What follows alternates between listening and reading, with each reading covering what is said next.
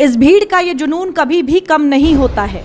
ये लोग और लोगों में ये जोश हर बार ऐसे ही देखने को मिलता है, क्योंकि इनके सामने से जो काफिला जा रहा है वो दुनिया के सबसे लोकप्रिय नेता पीएम मोदी का है।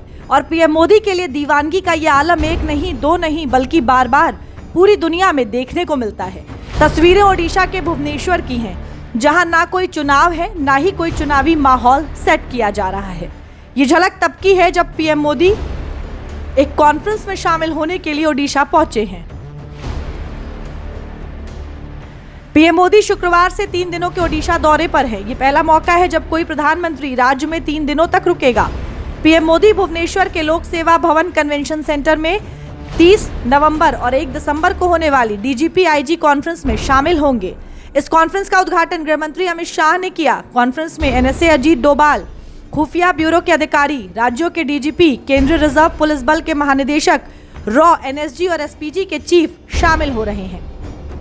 ओडिशा पहुंचे पीएम मोदी का बीजेपी कार्यकर्ताओं ने जोरदार स्वागत किया। पीएम मोदी 1 दिसंबर तक ओडिशा में रहने वाले हैं, जिसके लिए शुक्रवार की शाम वो ओडिशा पहुंचे और भुवनेश्वर में पीएम मोदी ने कार्यकर्ताओं को संबोधित किया और हालिया में हुए विधानसभा चुनावों और उपचुनावों में बीजेपी की जीत का श्रेय उन्हें दिया। ऊर्जा, आपके चेहरों पर खुशी, चमक मैं देख भी रहा हूं, मैं अनुभव कर रहा हूं, और ये चमक बता रही है कि महाराष्ट्र चुनाव के नतीजों ने, हरियाणा के चुनाव के नतीजों ने, और इन दिनों देश भर में जो उपचुनाव हुए उससे जो नतीजे आए हैं, पूरे देश में कैसा विश्वास भर दिया है, ये मैं आपके आंखों में देख रहा हूं। उड़ीसा ने शुरुआत की, फिर हरियाणा, फिर महाराष्ट्र, और यही तो भाजपा की विशेषता है और यही हमारे कार्यकर्ताओं का सामर्थ्य है, हमारी पार्टी के कार्यकर्ताओं का सामर्थ्य है। विपक्षी दल बीजेपी सरकार के खिलाफ सुबह शाम अपप्रचार करते रहते हैं, लेकिन जनता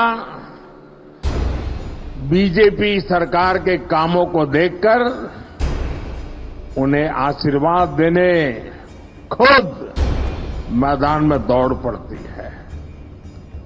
आप याद करिए, चुनाव से कुछ महीने पहले तक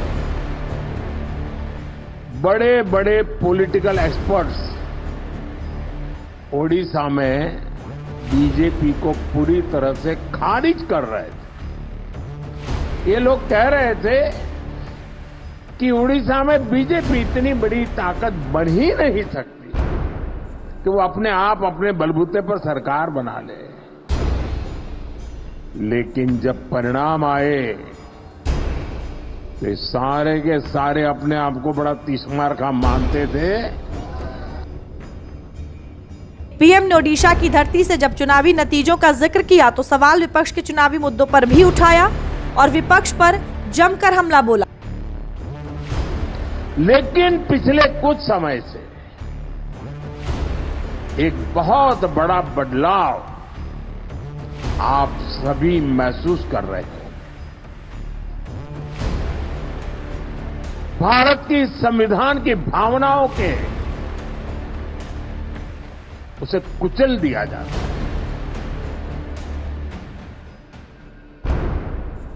लोकतंत्र की सारी मान मर्यादाओं को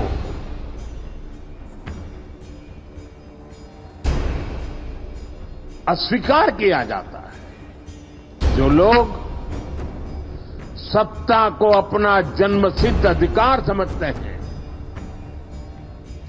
उनके पास केंद्र की सत्ता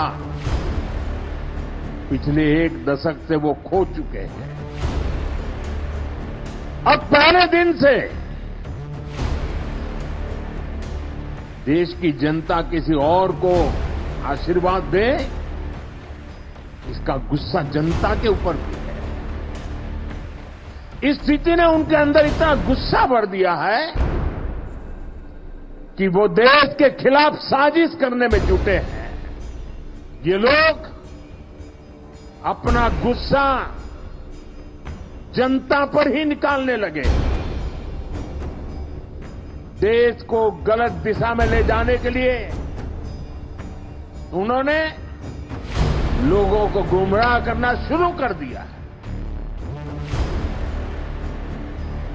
उनकी झूठ और अफवाह की दुकान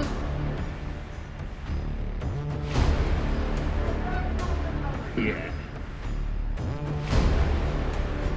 अब उन्होंने इस अभियान को और तेज कर दिया है। ओडिशा में हुए विधानसभा के चुनावों में बीजेपी को अपार सफलता मिली थी और राज्य में दशकों बाद बीजेपी की सरकार बनी है। फिलहाल पीएम मोदी अब 1 दिसंबर तक ओडिशा में ही रहने वाले हैं और डीजीपी आईजी कॉन्फ्रेंस में शामिल होंगे।